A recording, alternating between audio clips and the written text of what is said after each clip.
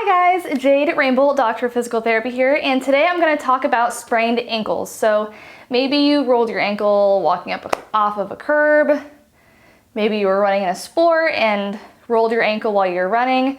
You know, maybe you were just walking down the sidewalk and you rolled your ankle and now it hurts, and what do? So a rolled ankle, also known as a sprained ankle, is when you twist or roll your ankle in an abnormal way and it pulls and it stretches or tears the ligaments in your ankle. There's lots of little ligaments and they get stressed. So initially, right after you sprain your ankle, you want to let it rest for a couple days, but then you really want to focus on getting it moving. So there's 4 things that you want to start doing within a couple days after you sprain your ankle, and that is range of motion, that is stretching, strength, and balance and proprioception. So today I'm going to go over a little bit of all of that. So this is great. These are great exercises for this initial phase of after spraining your ankle. And if you guys found this video helpful, make sure to give it a like. Let's get into it. The first one is for range of motion. So this is a great starting exercise. And what you're going to do, it's called the ankle alphabet, but you're going to, let me get my bolster. And you can do this in sitting, you can do it in lying, you can do it while you're in bed. I have a lot of my patients in the clinic just do it in bed or while they're sitting in the recliner.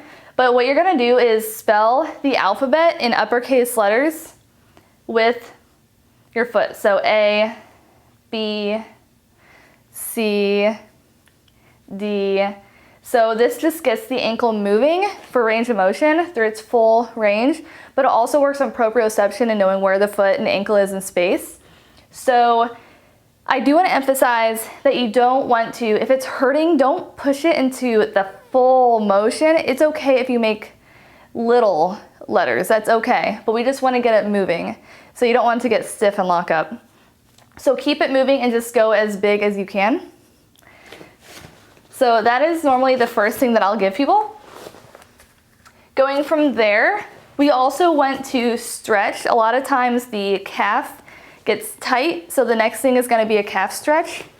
And you can do this sitting, you can do it sitting on the ground, you can do it again if you're sitting on your bed, on your couch, in a chair, you can do it anywhere. But grab a towel and then you loop it around your foot and then you pull. And you don't want to be hurting the ankle as you do this, you just want to feel a nice pull in your calf, like that. And I would hold it for 30 seconds. So you always want to hold stretches for at least 30 seconds because that's the amount of time that the tissue needs to lengthen, like that. So you can do it a couple times.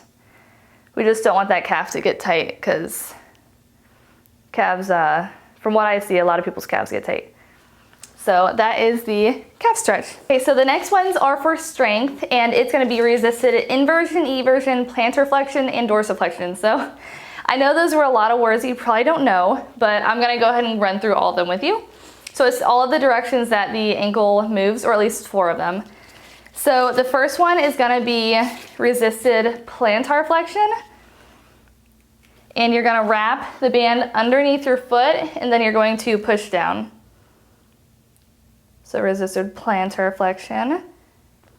So if this hurts, you can grab a lighter colored band so it's less resistance, or you can go through less of a range of motion.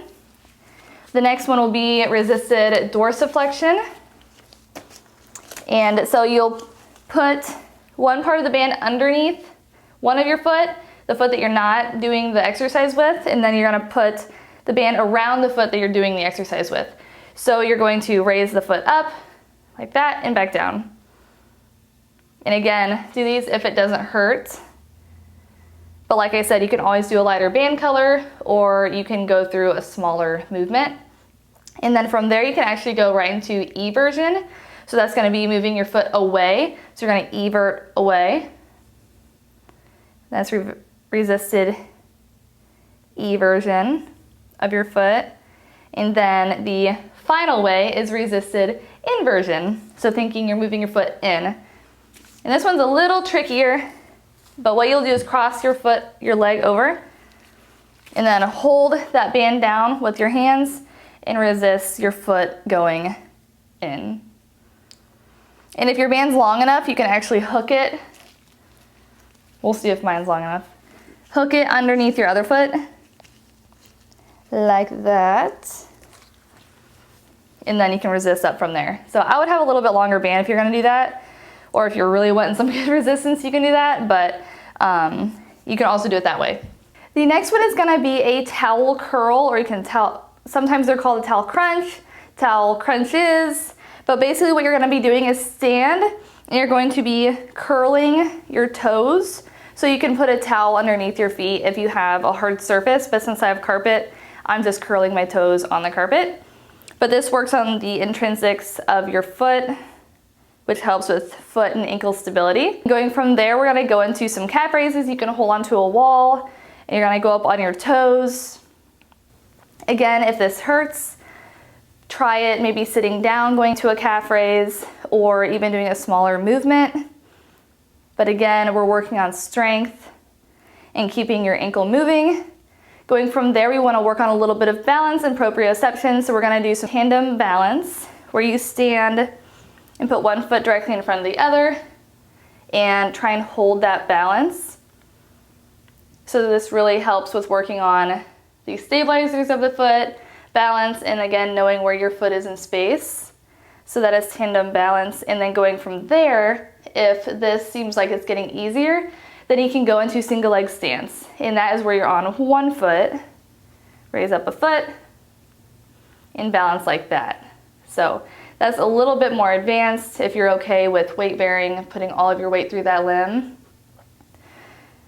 And yeah, so those are all great exercises to do if you sprained your ankle. Great beginner, starter exercises. Make sure to give this video a like if you liked it, and I will see you in the next video.